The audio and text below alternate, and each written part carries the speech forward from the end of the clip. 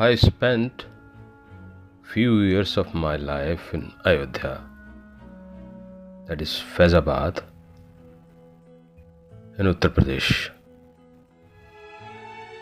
The city has significance because of being the birthplace of God Rama and the holy river, that is Saryu.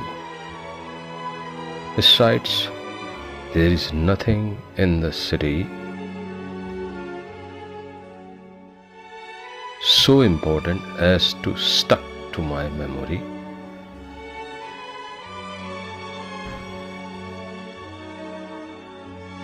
It was an ordinary city.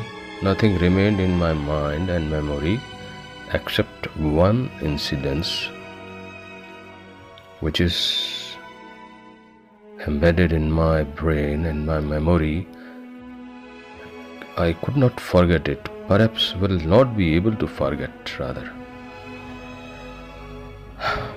I was in a kind of profession which would require that at the end of every month we had to brief whatever we have done telephonically and telegraphically to our superiors of the company.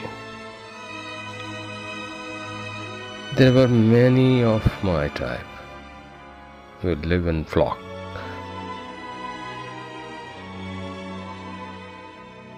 Those days were such that there was telephone and was a rarity. There were no signs of it. STD and PCO. You can forget cell phone. So for communication everything was wrong. If my memory serves me right, it was perhaps June in the year of 1987. After finishing our work, we 5-6 people gathered and headed to post office. We would book trunk calls, and after that we brief our superiors. Everybody used to do like this. So on that particular day, I waited for a while. We waited rather for a while, but our turn didn't come. Then I asked Mr. Postmaster, whom we used to call Mr. Prime Minister, and we would call him Guruji. Guruji, when I signaled and my restlessness, he signaled that wait for some time. I waited. After 10 minutes, he called himself to me and told me that there is a very fat clerk inside who was continuously crying and not able to communicate to whosoever she wanted to, and she is difficulty in breathing. I asked him, shall I come in? He asked me, please.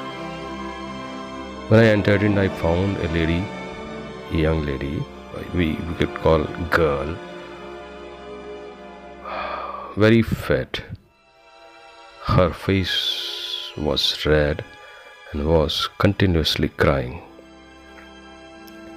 And I saw that she was having very difficulty in breathing.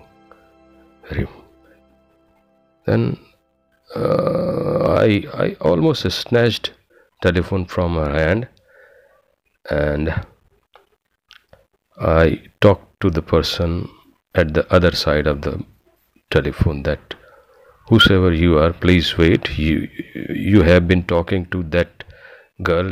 She is not able to communicate. She is crying profusely, in tears profusely, and she is having difficulty in breathing. I told that person that As soon as I get something about this, why she is crying, I will let you know. Be here, don't go anywhere. She is still crying. I eased her first, make her sit down, then asked, whatever happened to you? She told me that I and my mother came to see Ram Lala's darshan and took a holy bath in River Saryu. We did that. We did that, but then while returning, my mother sat behind the tempo and I sat in front of the tempo. A truck, while reversing, hit my mother and tempo. My mother immediately fell down and head was broken. And I thought, she's already died. And yes, she was already dead. I took her to a small hospital. The doctor declared my mother had died well before. Then I took her to Faizabad hospital and kept her in mortuary and came down to post office. And you know what happened here. I was not able to tell my brother.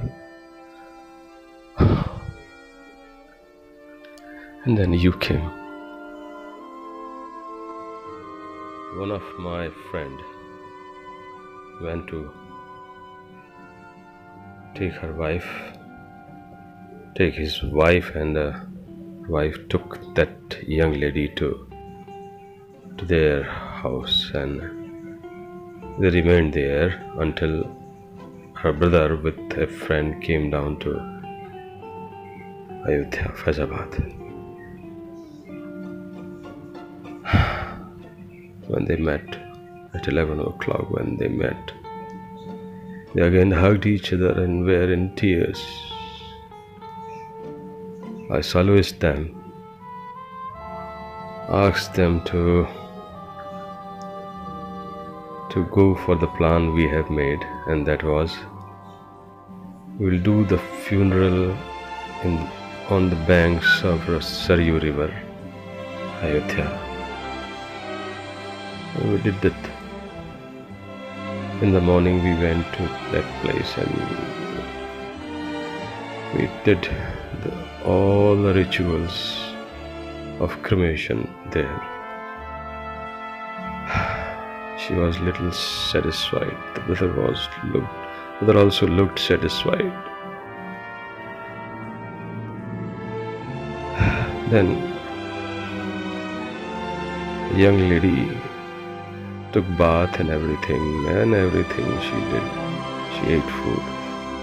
The next day we went to collect the ashes. Many persons were there along with those brothers and sisters. After collecting the ashes in a bag, we returned to our home. And then they asked me that we will be pushing to Allahabad. Where are we from? At about 3 to 4 o'clock. I said, you can wait here. You can take rest here, but if you insist on going to Allahabad, we will arrange the bus.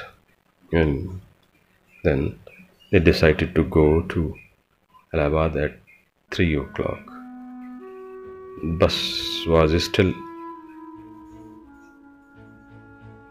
has the time to go to Allahabad, and before 10 minutes the young lady stepped down the bus and came to me and told me, Vinit Bhaiya, we had everything finished because of you. I told her, no, not because of me, but because of my team, our team. Everybody did that. Everybody, without asking anything, did everything for you.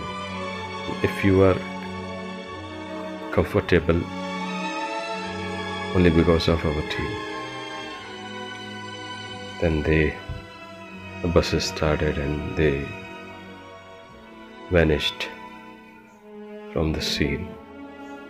While coming to my room at about 8 o'clock in the evening, I was with my friend and I asked him, "We are not a good people, Shoaib.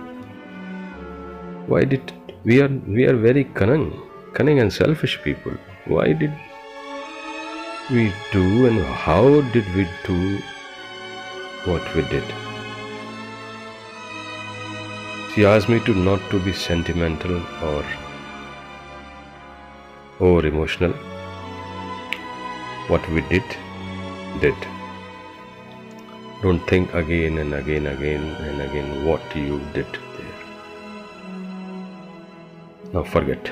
And while coming back to hotel, he almost pushed me inside, and I slept down there. It was the first time I had a sound sleep and a tight sleep. When I woke up in the morning, I saw everything. The breeze was scented and wet and cold, and I told to myself, life is beautiful, so beautiful. It is a matter of our view. This all happened on the banks of Saryu River. And while I was still feeling sleepy, but I didn't want to miss the scene I had in front of me. Life is beautiful, I told to myself. It is a matter of your rule, your angle. And when I was not able to recollect the name of that young girl in the holy city of God Rama, it is Ayodhya.